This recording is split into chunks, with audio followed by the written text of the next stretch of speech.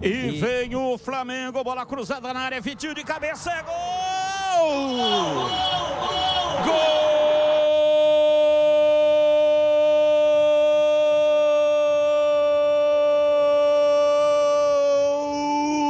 do Flamengo!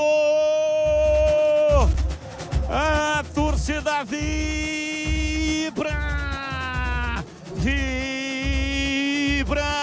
Da pele até o osso, arrancada pela direita, a batida de perna direita, o levantamento de Acaon e o cruzamento na cabeça do Vitinho, chegou finalizando e mandou a bola no fundo do gol, ela bateu lá dentro e fez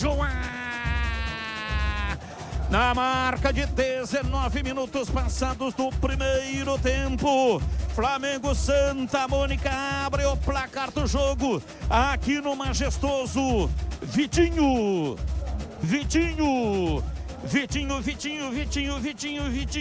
Vitinho, camisa 11.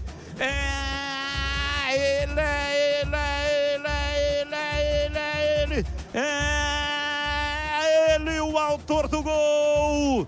Flamengo Santa Mônica, Novo Horizonte 1, 31 de março 0. E o detalhe do gol é seu Pedro Pessinato. O detalhe do gol é a grande assistência do lateral direito, Acaon. Colocou como se fosse com as mãos na cabeça do Vitinho. E aí o camisa 11 teve toda a calma do mundo para ajeitar o corpo e cabecear para o fundo das redes do goleiro mineiro, marcando o seu primeiro gol no campeonato municipal e abrindo o placar para o Flamenguinho do Santa Mônica.